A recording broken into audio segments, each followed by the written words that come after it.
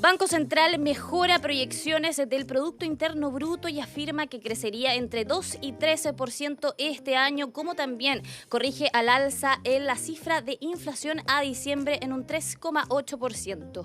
¿Cómo están? Muy buenas tardes. Bienvenidos a una nueva edición de este programa con peras y manzanas en este día jueves 4 de abril, donde vamos a revisar las noticias más importantes en materia económica. Bueno, para comenzar, en primer lugar, con el informe de política monetaria que lo dio a conocer el Banco Central este miércoles 3 de abril. Estamos con Michelle Davé, ella es de la Universidad de San Sebastián, de la Facultad de Economía y Gobierno de esa universidad. ¿Cómo estás, Michelle? Gracias por acompañarnos.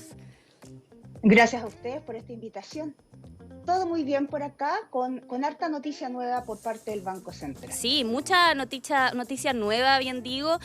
Bueno, quiero preguntarte si te esperabas este reajuste o esta corrección al alza que hace el Banco Central. En primer lugar, con el crecimiento, ¿cierto? El Producto Interno Bruto que lo corrige entre un 2 y 3%. ¿Cómo lo ves tú?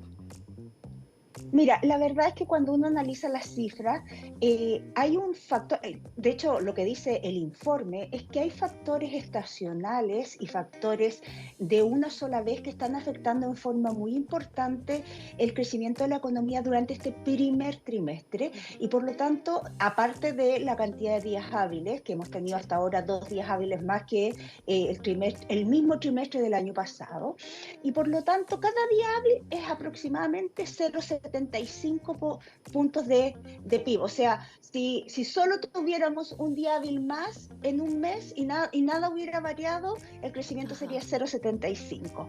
Entonces, ¿qué es lo que pasa? Tenemos una expansión que es de 4,5%, ¿no es cierto?, muy celebrada, sí, pero la realidad es que de ese 4,5 hay un 11,5% que es crecimiento del sector minero. El sector minero se expandió con mucha fuerza, es un sector que no tiene que ver con la dinámica interna de la economía, sino que más bien tiene que ver con lo que está pasando afuera, con las ventas, ¿no es cierto? Y por lo tanto, cuando uno le quita el sector minero, por lo tanto, mira, el IMASEC no minero, lo que tiene es que en vez de crecer 4,5%, la economía en febrero creció 3,5%. Y además si le quita el efecto días hábiles, porque tenemos un día hábil más, la economía no minera, o sea, internamente la fuerza que lleva esta economía está creciendo al 2%, que ciertamente no, para todo lo que llevamos desde la pandemia, no es un mal número, pero para lo que nosotros estábamos acostumbrados a crecer, es un muy mal número. sí. ¿Por qué? No porque el número sea malo en sí mismo, sino porque para que las familias logren mejorar, para que haya, ¿no es cierto?, para que las familias logren evolucionar, salir de la pobreza, necesitamos crecimientos aproximadamente de 4%, que es el doble de lo que tenemos hasta ahora. Michelle, te quiero Ahora, invitar. ¿cuál es la buena noticia? Vamos con las buenas noticias, vamos. La buena noticia es que el Banco Central elevó su proyección de crecimiento para este año. Sí. Sin embargo, junto con elevarla, bajó la del próximo año. Por lo tanto, en el neto, lo que te está diciendo el Banco Central es que más allá de los factores estacionales, seguimos con la misma capacidad de crecimiento que teníamos previamente. Perfecto. Michelle, te quiero invitar a que revisemos las 3 claves que son importantes en este programa de peras y manzana, a ver si me pueden ayudar ahí. Podemos ver la primera clave, el Banco Central mejora la proyección del PIB, ya lo habíamos anunciado, es cierto, más crecimiento pero con más inflación. Y por último tenemos el factor internacional Estados Unidos. Quiero preguntarte por el tema del crecimiento, ¿cierto? Ya lo fuimos abordando, lo fuimos desglosando, pero ¿qué significa tener más crecimiento en nuestro país? Bueno, yo creo que la forma correcta en que los economistas deberíamos hablar es hablar siempre del crecimiento ligado a los empleos, porque la realidad es que la gente no percibe el crecimiento, además que el crecimiento no necesariamente se transforma en consumo. Lo que sí se transforma en consumo es el empleo, y cuando hay crecimiento, en general ese mayor crecimiento se vincula a un mayor crecimiento en los empleos, en la creación En de la empleo. creación de puestos de trabajo. Exactamente, lo cual significa que a una misma tasa de crecimiento de la fuerza de trabajo. Si aumenta la tasa a la que se están creando trabajo, la tasa de desempleo puede empezar a bajar y eso es lo que todos queremos para este país. Sí, de hecho es lo que se vio en la última cifra del último trimestre de desempleo. Llegó a un 8,5, ¿cierto? El desempleo, pero a pesar de que se crearon puestos de trabajo, sigue siendo alta. ¿Y por qué se da eso? Explicaban que tenía que ver por un tema de que no se alcanzan a cubrir los puestos de trabajo con la cantidad de personas que ingresan, ¿cierto?, a la fuerza laboral, ¿o no? Sí, lo que pasa es que tenemos una creación de trabajo muy baja porque tenemos poca inversión. La verdad es que la inversión el año pasado cayó, fue negativa y este año el Banco Central vuelve a proyectar que va a ser negativa. Cuando hay poca inversión, el crecimiento es negativo, no es que haya desinversión, Sí. sino que crece menos que lo que creció el año pasado. Cuando hay poca inversión, hay poca creación de empleos, porque cuando tú creas una nueva empresa es cuando estás creando empleo nuevo. Y por lo tanto, lo que necesitamos en este país para que haya más empleo, que se traduce en mayor crecimiento, Sí. es que haya mayor inversión. Y eso es lo que no hemos logrado todavía generar. Esta economía lleva 2 años ya con un crecimiento de la inversión negativo y eso se está viendo, ¿no es cierto?, en que Sí. todos conocemos a alguien que está sin trabajo, ¿no es cierto?, y que hace 3 años atrás sí tenía trabajo. ¿Y por qué se da eso el tema de la inflación? ¿Por qué hay una inversión negativa, no? No, la inversión no es negativa, la inversión Es está menos. creciendo menos que el año pasado. Eso Perfecto. significa, la variación es negativa, pero hay inversión. Ya, pero ¿qué Ahora, significa eso? O sea, como para que la gente entienda en la casa. ¿Cuál es, por así decirlo, la piedra de tope de que haya menos inversión que el año pasado, por ejemplo? hay varios factores. Uno de los factores es la incertidumbre económica. Las inversiones grandes, las grandes inversiones, ¿no es cierto?, que nosotros estábamos acostumbrados, que es una nueva minera, una desaladora, por ejemplo, cuando anunciaban que se iba a poner a Google acá en Chile, Claro, esas sí. son inversiones, ¿ya?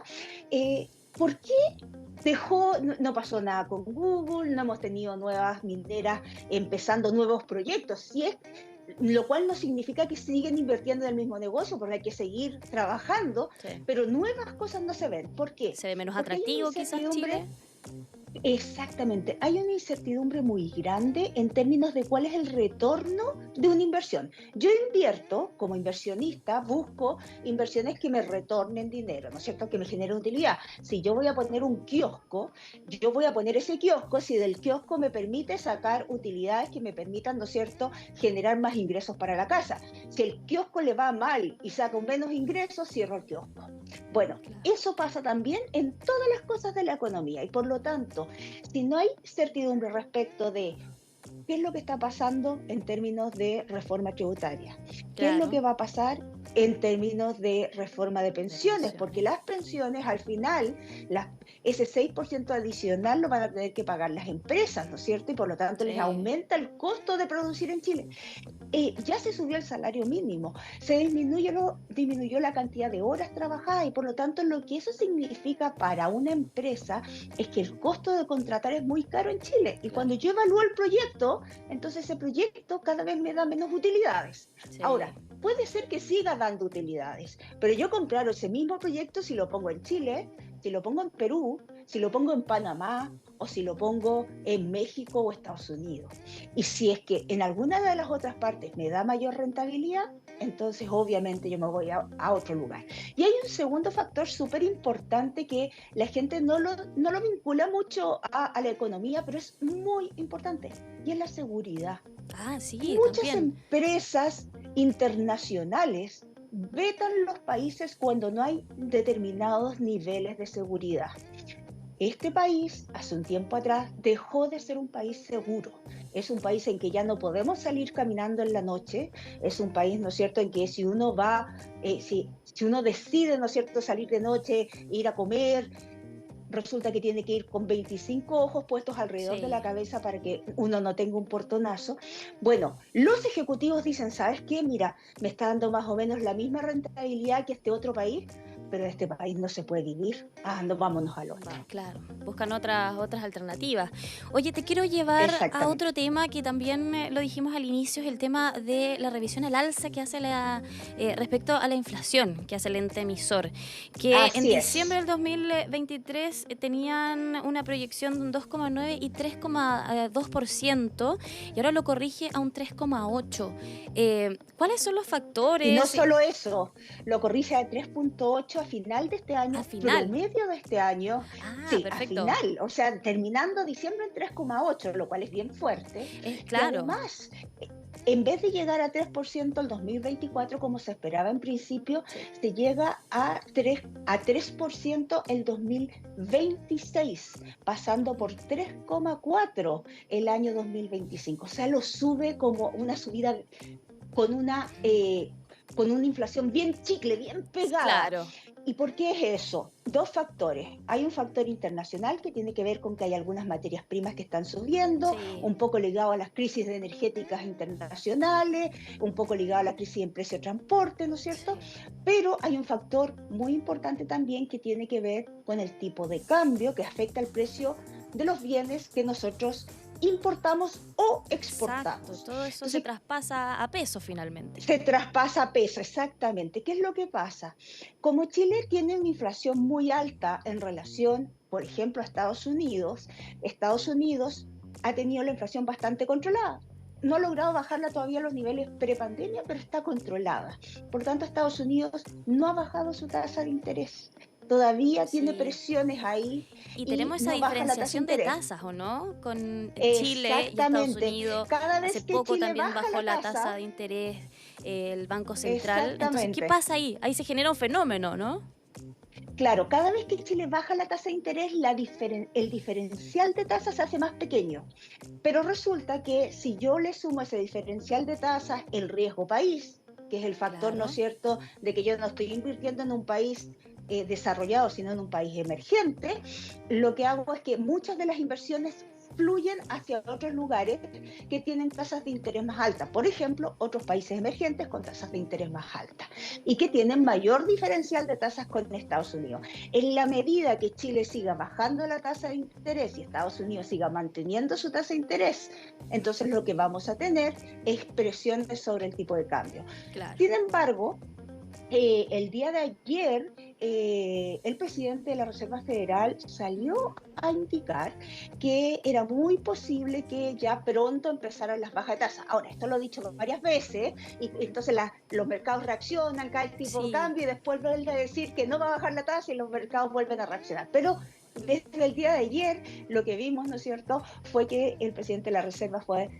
dijo, ¿saben qué? Sí, ya, yo creo que estamos prontos a bajar las tasas de interés, y eso significó que el dólar se ha desplomado este día. Sí, de hecho ha tenido una caída el precio del dólar en nuestro país, cerró en los 940 pesos aproximadamente. Te quiero preguntar también, ¿qué podemos esperar para el IPC de marzo? Fueron bastante sorpresivas los resultados que estuvimos en enero, en febrero, ahora sí viene marzo. Generalmente marzo igual es un periodo donde los precios suben, sí, es complicado, pero ¿qué es lo que tú esperas? ¿Podrías apostar ahí alguna cifra a lo que podamos conocer ya la próxima semana con el dato del IPC que entrega el INE? Sí, mira, los IPC de marzo en general son altos. O sea, si tú miras todos los IPC del año, en general tienes meses que son de inflación alta. Marzo es uno de los de inflaciones más altas. Ahora, cuando uno analiza los últimos 12 meses, lo que observa es que constantemente todos se han equivocado al proyectar la inflación. Sí. ¿Por qué? Porque cuando el dólar está tan volátil, es muy difícil calcular a qué tasa traspasa el alza de costo el comercio hacia las personas. ¿Qué es lo que pasa? Por ejemplo, a mí me subieron los costos, pero todavía estoy con cosas que compré antes de que subiera el tipo de cambio. ¿Los vendo al tipo de cambio de antes o los vendo al tipo de cambio nuevo? Exacto. Si yo veo que todos las personas que trabajan alrededor mío no les quedaban cosas con tipo de cambio antiguo, todos suben el precio y yo puedo subir el precio. Pero esa dinámica no es tan fácil de predecir y menos cuando la volatilidad del tipo de cambio es tan alta. Por lo tanto, lo que hemos observado, yo te diría que hace muchos años, que no era tan volátil la inflación y va a ser bastante difícil predecir este año la inflación.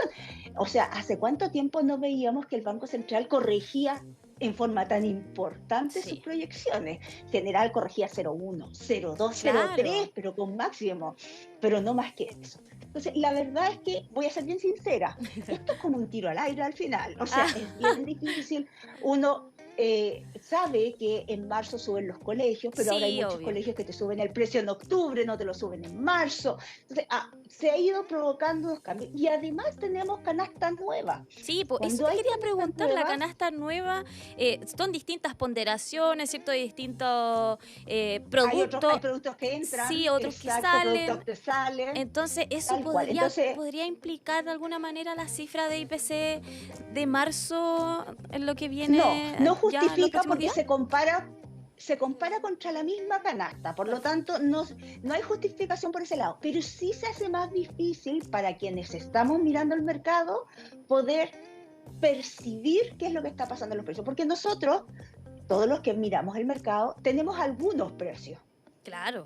Uno se va fijando en algunos precios, pero el resto tiene que más o menos saber cómo se comportaba. Cuando te cambian las ponderaciones, tienes que volver a afinar esta máquina para poder predecir. Así que yo, por lo menos mi gran predicción es que durante estos primeros meses van a haber meses bastante alejados de la realidad, pero yo te diría que debería estar cercana o mayor a la inflación de febrero. La inflación de febrero fue 0,7, si no me equivoco. 0,6. Entonces tú dices que puede ser más que 0,6 para marzo. Podría ser. En general, marzo promedia como entre 0,5 y 0,7. Entonces no nos podríamos sorprender entonces. No nos podríamos sorprender. ¿Y cuáles son los productos que podrían influir más en este resultado? Bueno, me imagino que bencinas también. Claro, en general tienes bencinas que ya sabes que subieron 30 pesos, que no influye el mes completo, pero influye. Tienes todo lo que es fruta y verdura, porque las frutas y verduras en esta época empiezan a ponerse caras. Y eso uno lo sufre en el bolsillo, ¿no es cierto? Sí. Entonces, todas estas frutas y verduras, de hecho, todo lo que son los volátiles, están empezando este ciclo que es en el invierno en que empiezan a ponerse muy caros. Y eso contribuye bastante a la inflación. Y en el verano se ponen baratos, ¿no es cierto? La fruta se hace más barata y por lo tanto empiezan a bajar de precio. Perfecto. Marzo es un periodo, antiguamente uno tenía súper clarito cuando eran las liquidaciones de las grandes tiendas. Y se notaba, pero clarísimo, en el IPC cuando había liquidaciones porque el precio de la ropa caía mucho en esos meses.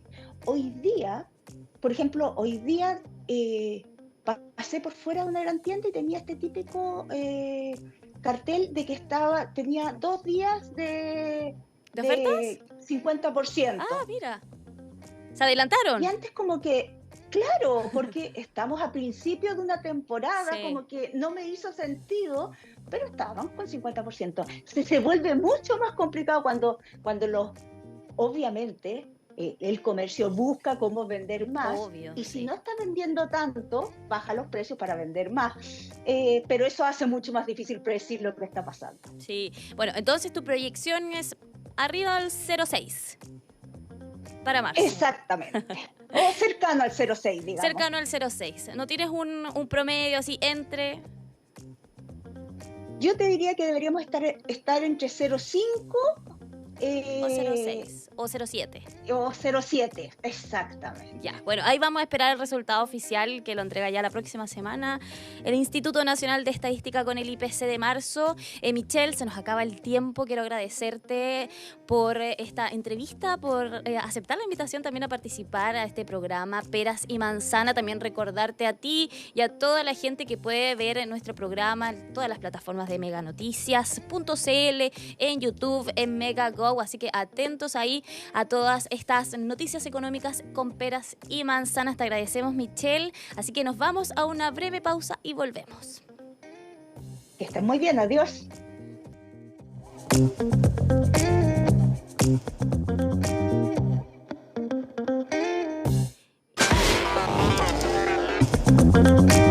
Estamos de vuelta en Con Peras peras y manzanas y ahora estoy muy bien acompañada. Estoy con mi compañera del equipo del Team Económico, con Rafaela Brever. ¿Cómo estás, Rafa? Hola, perdón el retraso, hubo ahí un pequeño bache, pero feliz de estar acá. Un percance, sí. como pasa en la economía también, digamos, ¿cierto? Oye, estamos también bien acompañadas, pero con Alda Ortiz, vicepresidenta de la Asociación Gremial de Asesores Previsionales. ¿Cómo estás, Alda? Muy bien, gracias. Gracias por aceptar la invitación. Pero feliz, encantada de estar acá cuando quieras. Oye, antes de que pasemos al siguiente tema, queremos presentar los índices económicos del día, Rafa, y podemos explicarlos, cuáles son los números que marcaron la jornada. Que nuestra directora Maca nos ayude, los estamos viendo en pantalla. Entonces, el dólar cierra en 940 pesos, un dólar que tuvo una jornada marcada a la baja después de muchísima volatilidad que hemos tenido durante las últimas semanas. Evidentemente, esto afecta al cobre. Ahí vemos su valor. 4,1 dólares la libra, y la UEF, que ya sabemos que se ve afectada por el IPC, por la inflación que ya llega a los 37.122 pesos. Un precio bastante sensible para las familias porque sabemos que involucra pago de colegiaturas, los créditos hipotecarios, que han sido temas que han sido permanentes, digamos, durante los últimos 4 años, y por lo tanto sigue siendo la UEF un tema relevante. Es difícil que baje, sí, porque para eso tendríamos que tener un IPC negativo, y al menos en el horizonte eso no se ve. No se ve así, se ve bien lenta la cosa. Oye, pasemos al siguiente tema. Bueno, se dio a conocer el dato de los multifondos, Rafa, ¿no? Tú que estás reporteando este tema, ¿cuál es el panorama que se viene? ¿Qué es lo que informó CIEDES, esta empresa que hace estos boletines cada mes? ¿Cuáles son los principales resultados que nos puedas comentar, para así comentar también con Alda estas cifras? Sí, Tamara, bueno, esta es una información que CIEDES saca de la Superintendencia de Pensiones, ¿cierto? Sí. Resultados positivos para los multifondos en el mes de marzo, influenciados evidentemente. Ahí el dólar tiene un rol central, sobre todo para los fondos más riesgosos. Vamos a estar comentando respecto a eso con Alda, pero antes quiero que revisemos la gráfica, y si la podemos ir comentando también las tres, a ver si la Maca nos ayuda con eso, para ir revisando cómo se encuentran los 5 multifondos, todos con resultados positivos. En marzo. Ojo, eso sí, el fondo E tiene un resultado positivo en marzo, pero si uno mira el trimestre todavía está en negativo. Alda, preguntarte primero sobre este resultado. Me imagino que a pesar de que tenemos un fondo E que todavía le queda por recuperar, son buenas noticias. Claro, efectivamente, toda alza es una buena noticia, pero esta noticia tiene algunos matices, como lo que tú acabas de decir. Efectivamente, todavía no se recupera bien, todavía es necesario más. No así el A y el B, que están repuntando muchísimo, muchísimo, y esto tiene un impacto directo en las pensiones de las personas. Absolutamente directo. Entonces, el E, lamentablemente, hay un segmento importante del grupo de pensiones que no tienen nada que hacer, tienen que asumirlo y pensionarse con el resultado que está. Claro, porque además el fondo E es un fondo en donde las personas que están próximas a jubilar lo toman de cierta forma como resguardo, o al menos esa es la intención con la que se creó este fondo, y que durante los últimos años ha entrado un cuestionamiento si eso efectivamente es así.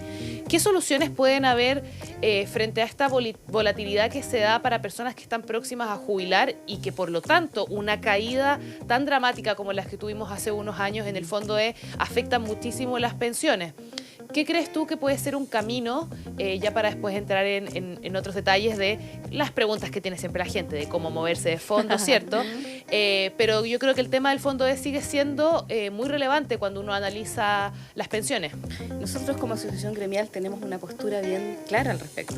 Hace muchos años, yo estoy hablando más o menos del tiempo de la Comisión Bravo, sino un poco antes, de que hemos propuesto un fondo, no el fondo F, sino que en el fondo podríamos ponerle F, en realidad, la letra que quieran. Siguiendo la letra, siguiendo el abecedario, claro. Pónganle la que quieran.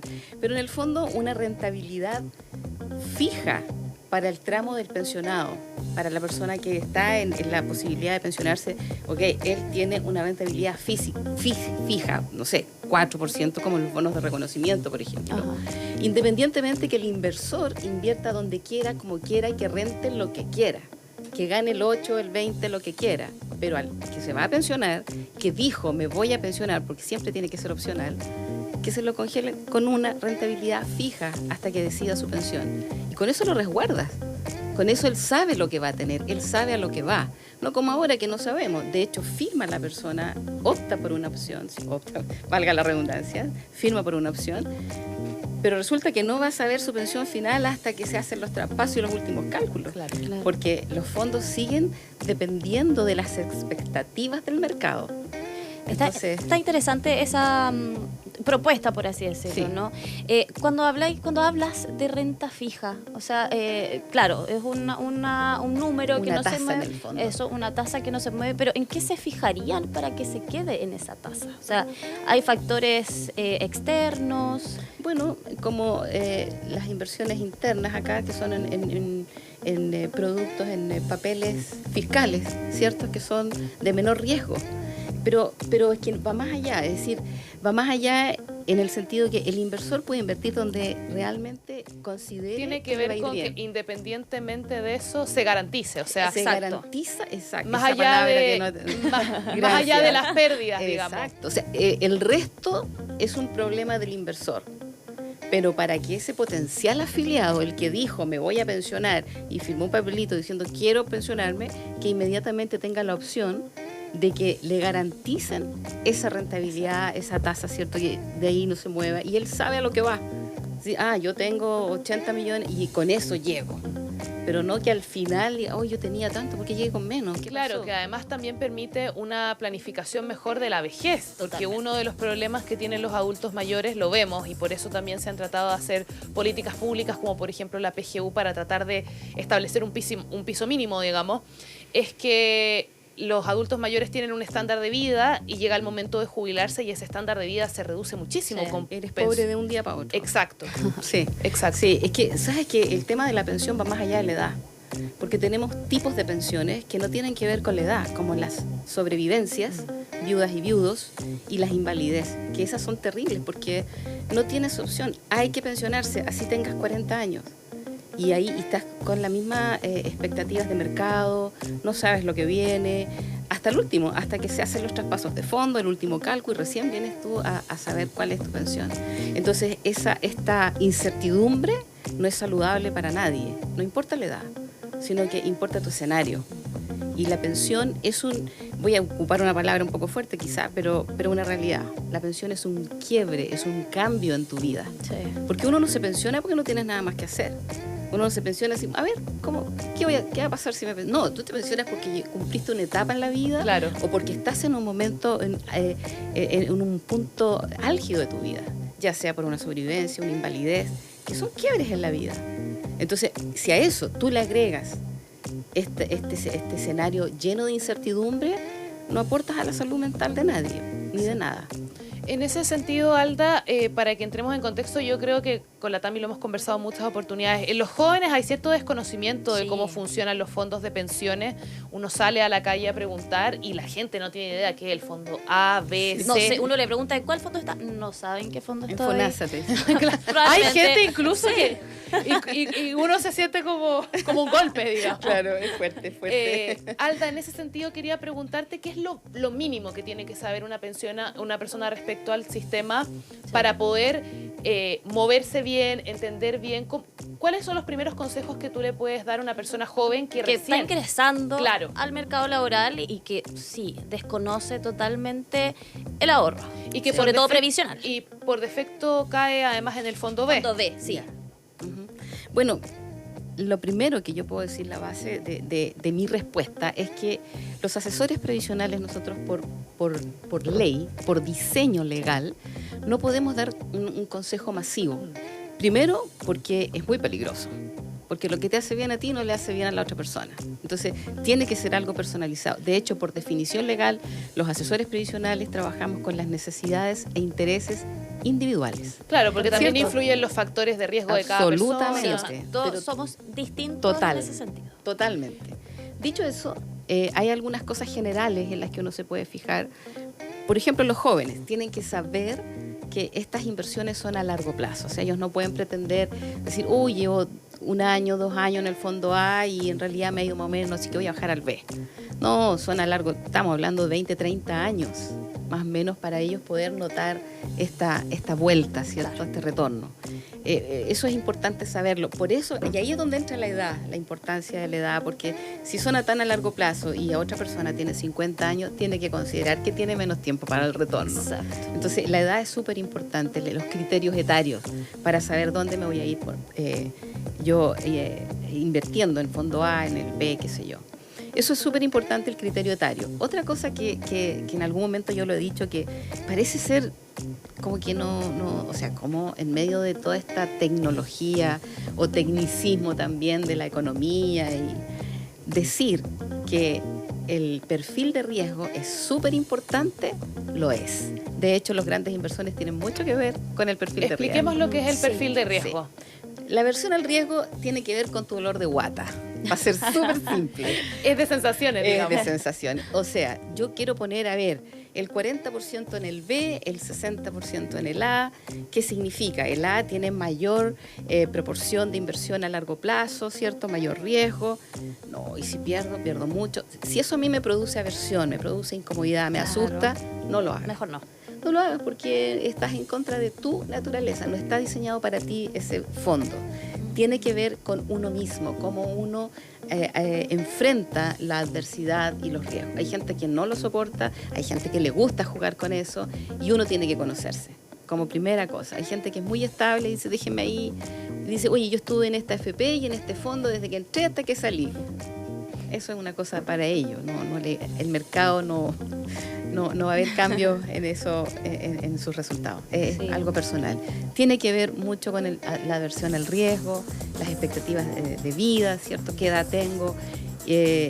¿Cuánto tiempo tengo para el retorno? Eso es súper importante. Pero igual hay ciertos rangos de edad establecidos más o menos para estar en ciertos fondos, ¿cierto? Sí, claro. Sí, hasta los 50 años, mujeres, 60 hombres. En el fondo, 5 años antes, en términos muy generales, tú puedes estar en cualquier fondo. Y de ahí en adelante el sistema te da la posibilidad. Sí. Consideremos, mire, yo creo que es poco sabido, pero el fondo A es opcional en las AFPs.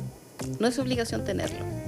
Ya. Pero todos la tienen, porque todos lo quieren. ¿Entiendes? Pero del B es para una abajo decisión. tienen que estar, claro. Sí. Claro, por el nivel de riesgo que tiene. Entonces, tiene que ver, claro, con las edades, con los tiempos de retorno, y del B hacia abajo, del C hacia abajo, ya tú puedes distribuirte de cualquier manera. El pensionado claramente en el E se va para el E por un tema de seguridad. Exacto. Pero la experiencia nos ha enseñado que el E no nos garantiza. Y ahí entramos en el debate de lo que tú decías, la necesidad de garantizar esta renta fija, digamos. Sí, claro. En AGAP estamos trabajando con eso fuerte. Sí.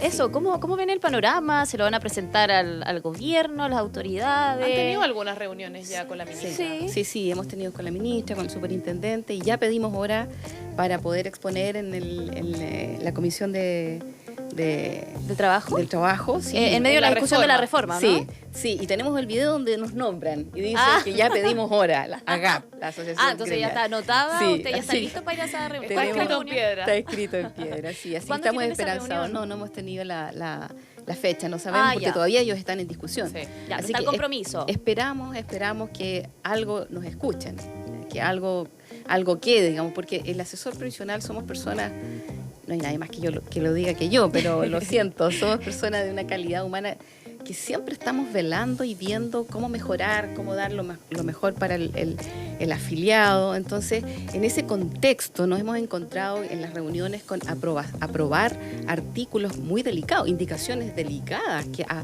van en contra del afiliado, del posible pensionado. Como por ejemplo eliminar la oferta externa. Ya. Eso fue algo que nosotros no logramos entender mucho ahí. ¿Qué pasó? ¿En qué sentido? De que la oferta externa hoy día es una de las mejores herramientas para mejorar las pensiones de los afiliados. ¿Y qué es la oferta externa?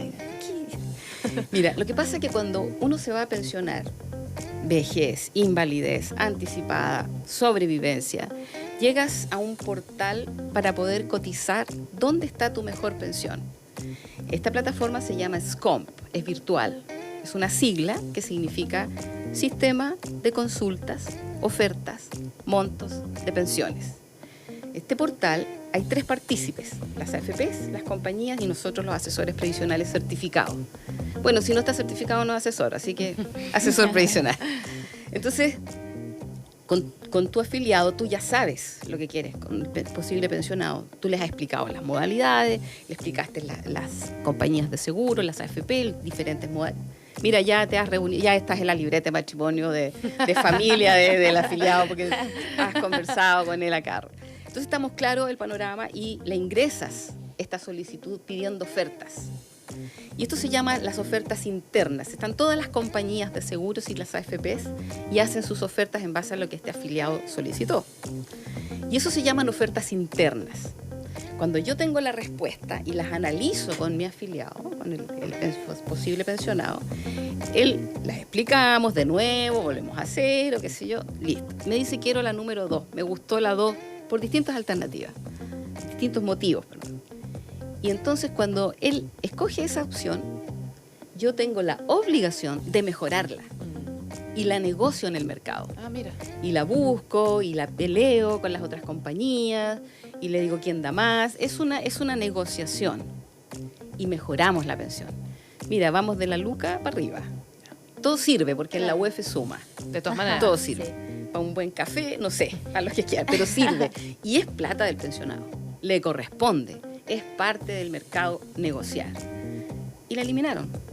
La eliminaron nosotros asumimos que hay una interpretación incorrecta de unos informes que hubo de la Fiscalía Económica diciendo que los vendedores de las compañías de seguro que venden solo la renta vitalicia, que no son asesores, van en desmedro de esto porque por dejarlos en su compañía no negocian con el resto. Entonces ellos solicitan eliminar lo que la Fiscalía dice, eliminar al vendedor. Claro, porque esos no son entes autónomos, digamos. Correcto. Hay un interés de por medio. Pero a diferencia de supuesto. un asesor previsional que lo que quiere es conseguir las mejores condiciones de pensión. Y Mira, por eso hace un análisis completo de ese mercado, digamos. Sí, en el año 2008, cuando nace la 20.255, el pilar solidario y todo lo que nació ahí, junto con eso, en la figura del asesor, el propósito principal, uno de los propósitos principales, junto con el que mencioné antes, del asesor, es ofrecerle el mercado completo al afiliado. O sea, tú le ofreces las compañías de seguro, le ofreces las AFP, las puedes combinar. Dentro de eso hay modalidades donde lo puedes ayudar a sacar excedentes más, menos. Hay todo un tema tributario de por medio. Entonces, el asesor está diseñado para eso. Es el experto, es el técnico en eso. Entonces, eliminar la oferta externa es un daño directo al afiliado. Porque el propósito de la Fiscalía Económica en ese tiempo, en ese informe, fue eliminar al vendedor para que no caigan en esta individualidad, ¿cierto? Que quede en mi compañía y no lo mejoran con otra, porque ellos no pueden vender otra. Sí. Entonces, finalmente optaron por eliminar la oferta externa en lugar del vendedor. Y es una herramienta para subir la pensión, claro, hoy día. Entonces, para nosotros es súper importante estar en las reuniones, en las sesiones. De hecho, no he escuchado la de ayer. No alcancé. Tarea para la casa. Sí. Para nosotros. Y son súper interesantes cómo ellos debaten los argumentos que ellos dan y nosotros podemos ir viendo más o menos cómo podemos ir aportando en esto. Sí, Alda, yo quiero aprovechar también de preguntarte, con estos buenos resultados de marzo en las rentabilidades, ¿cierto?, de los multifondos, un tema relevante es el ahorro, ¿cierto? ¿Qué tan importante o se puede aprovechar, por ejemplo, estos resultados para, no sé, abrir una cuenta 2, por ejemplo, una APB? ¿Están las condiciones? ¿Hay que aprovechar estos números, este panorama, este escenario para poder ahorrar? Sí, yo creo que el ahorro siempre es bueno. El ahorro es un principio que todos deberíamos usar y tener. Sí. Es una excelente herramienta. Ahora, cuando uno va a ahorrar, tiene que tener la pregunta con una respuesta clara. Es, ¿para qué quiero ahorrar? ¿Cuál es el propósito del ahorro? Si tú quieres ahorrar para una pensión, tienes que tomar una APB. Y en la APB lo venden bastantes instituciones autorizadas. Algunas con las compañías, por ejemplo, con seguros de vida, con APB, no quieres seguro, lo puedes tomar solo en la FP, en fin. Pero tienes que tener claro el propósito. Pero si yo quiero ahorrar aprovechando estos tiempos, que como tú me dices, para multipropósito, sí, abre una cuenta 2 en la FP. Porque la cuenta 2 es una cuenta que no te amarra a nada, no está ligada a tu pensión, Claro. es libre, tú la puedes sacar cuando quieras, no tienes que, por ejemplo, en la PBE tiene un tema tributario, Sí. ¿cierto? En la cuenta 2 no pasa eso. Entonces, siempre el propósito del ahorro te va a decir dónde tienes que ahorrar. Y siguiendo con el desconocimiento, porque uno, no sé, algunos jóvenes pensarán que tengo que meter mucha plata. Y no necesariamente tengo que meter mucha plata todos los meses, no sé, 5.000, 10.000. ¿Está esa posibilidad también? Sí, tú puedes ahorrar lo que tú puedas en adelante y puedes ir variando en el camino, Sí, las o sea, cantidades. no es necesario meter 100.000, 200.000. Claro. Que es como duro, hablar de 200.000 pesos, desembolsarlo Sí. para el ahorro es duro. Sí. Pero no necesariamente tienen que ser grandes sumas. Es que volvemos al propósito. Sí. ¿Para qué estás ahorrando? Si estoy ahorrando para una casa, mientras más pongas mejor. Pero si es Totalmente. para un viaje, bueno, también. Y depende de tu capacidad también. Pero sí, claro, es bueno ir usando esa herramienta. Y hay que aprovechar los más riesgosos, ¿no? ¿Perdón? Hay que aprovechar los fondos más riesgosos en este momento. Para la gente joven, sí. Sí. Sí, absolutamente. Y que piensen que van a tener un retorno a largo plazo. No el próximo, no a fin de mes, ni año, ni no. No, que piensen en años. Eso es muy importante, o sea, en realidad a veces genera un poco de desesperación. Yo cuando entré a trabajar en esto, una infidencia, empecé a notar cómo iban mis fondos de pensiones, porque encontraba que era muy fresco de mi parte cuestionar a la gente, oiga, usted no revisa sus fondos, y yo tampoco llevaba un registro. Exacto. Y en un momento me empezó a generar un poco de ansiedad estas fluctuaciones que tiene. Entonces ahí Es dije, diaria. bueno, quizás... Es diaria la fluctuación. Claro, Sí, entonces imagínate. una volviéndome loca. Y dije, bueno, quizás hay que darle un par de meses, llevar un registro, pero más... Sí. Sí. A largo plazo. Sí. Al mes, por último, cada 6 meses, no sé. Oye, se nos está acabando el tiempo, lamentablemente. Alda, fue un honor conversar contigo. Gracias, Todos estos Alda. detalles, Para sí, mí. de los multifondos, que sabemos que es un tema difícil, es complicado también, y bajarlo hacia la ciudadanía es bien importante, ¿cierto? Así que agradecerle a las dos también por estar acá, Rafa. Un gusto también acompañarte Se logró. acá en el programa con Peras y Manzanas. Se logró. Así que, nada, pues, nos vamos. Nos vamos. Gracias, Alda. Gracias a ustedes. Nos reencontramos martes Ha y sido un jueves en Peras Sí, y como Manzanas. Un siempre. placer, gracias. Chao.